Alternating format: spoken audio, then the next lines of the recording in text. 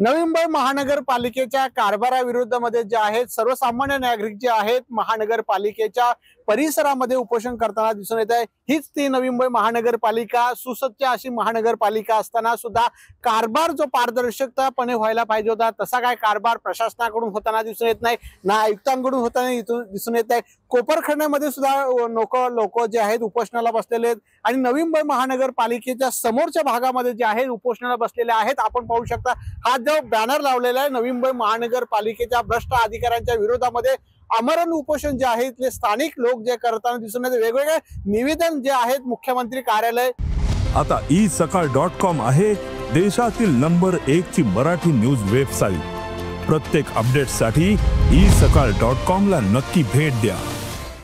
उपमुख्यमंत्री कार्यालय नगर विकास मंत्री आणि ठाणे जिल्ह्याचे पालकमंत्री एकनाथ शिंदे यांना सुद्धा निवेदन देताना दिसून येते।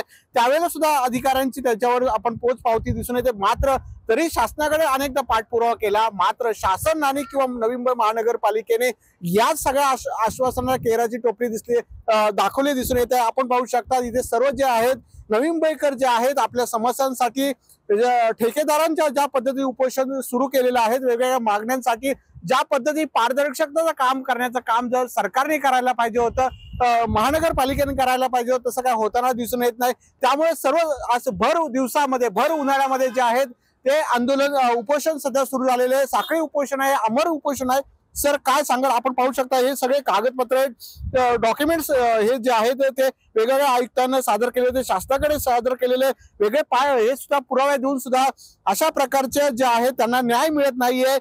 याच अनुषंगाने जे उपोषणाला बसलेले सर काय मागणी आहे?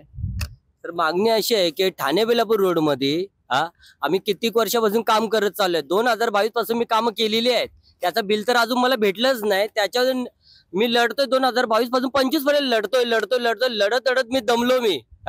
नंतर आता यांच्याकडे यांनी एक मला काम दिलता लोकमत भवनचं, त्याची वर्क ऑर्डर आहे, सर्व आहे, त्याचा पण बिल तो मला तो फेब्रुवारी महिन्यापासून देत नाही। आज देतोय उद्या देतोय, आज देतोय उद्या देतोय। जेई डेप्युटी एक्झिक्युटिव्ह सर्वजण हीच भाषा बोलतात, मला काहीच समजत नाही लोक असे का करतात। ठाणे बेलापूर रोडचा टेंडर सुद्धा काढलेला आहे निविदा प्रकरण, तो नेमकी घोटाळा काय आहे? जवळजवळ तो 20 करोडचा घोटाळा आहे। 13 करोडचं काम त्यांनी सप्टेंबर महिन्यामध्ये संपलेलं आहे देखभाल दुरुस्तीचं। ते काम सप्टेंबर महिन्यापासून आतापर्यंत बिना टेंडरचं चालूच आहे तिथं, आणि त्याची वर्क ऑर्डर नाही, काही नाही। माझी मागणी आहे जर वर्क ऑर्डर असेल तर त्यांनी आम्हाला दाखवावं।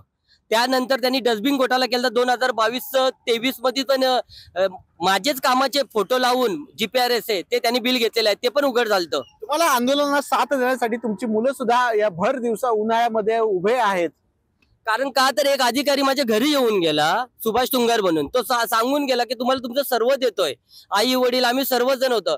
मग जातात तर आम्हाला कोणाला काय करत नाही। लोक भ्रष्टाचार एवढा या लोकांनी वाढवलं, मग त्यात मुलांना पण माहिती आहे काय करू, फी कुठून भरणार, कुठून काय करणार मी या लोकांचं। आता हे माझे सर्व कोणी सुपरवायझर माझ्याकडे काम करतात, त्याने मी कुठून पैसे देणार? मग त्याने मी सर्व सांगणार या बाबा तुम्ही बघा मला भेटलेच नाहीत पैसे।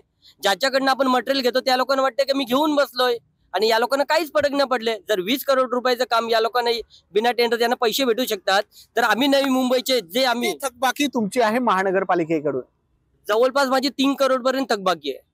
ओके, आयुक्तांना तुम्ही भेटले का बरं? थकवली बिल, कामाच्या दर्जाबाबत काय झालं का तुमचं बोलणं वगैरे? साहेब आयुक्तांना भेटलेलो मी त्या टायमाला, आयुक्तांनी यांना आदेश दिलता की काय असेल ते तुम्ही करून घ्या तुम्ही। तर त्या टायमाला त्यांनी सांगितलं, यांची चौकशी लावली, त्या चौकशीमध्ये डस्टबिन घोटाळ्यामध्ये हे भेटलेले त्याच्यामध्ये। तर नंतर हे बोलले कशाला उगीच हे सर्व करतो, मी तुला तुझी सर्व कामं बिल सर्व देतोय। त्याच्यानंतर त्या लोकांनी काय केलं की माझ्या फाईली बनवल्या, त्यांनी ती फाईल कोणी पास करायला मागत नाहीये, तेवढ्याच त्यांच्या टेबलावर पडले। कोण अधिकारी जो तुमचं काम रखडवले, कोणता अधिकारी?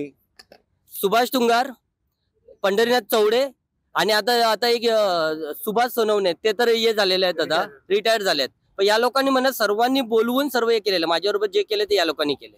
महापालिकेचे 3 अधिकारी आहेत, यांचं जे थकबाकीतलं बिल जे आहे ते अजूनही रखडलेलं आहे। मात्र भर दिवसामध्ये भर उन्हाळ्यामध्ये जे आहे त्यांचा परिवार जे आहे त्यांना साथ देण्यासाठी उपोषणाला बसलेले, तरी महानगरपालिकेच्या अधिकाऱ्यांना प्रशासनाला अजून जाग येत नाही, आणि शिष्टमंडळ सुद्धा उपोषण करत असताना कोणताही अधिकारी यांना भेटायला येत नाही। त्यामुळे आयुक्त साहेब तुमच्या महानगरपालिकेत प्रशासनाचं काय चाललंय असा प्रश्न ज्यावेळेला उपस्थित होतोय। कॅमेरामॅन सुमित सह विकास मिरगणे, साम टीव्ही, नवी मुंबई।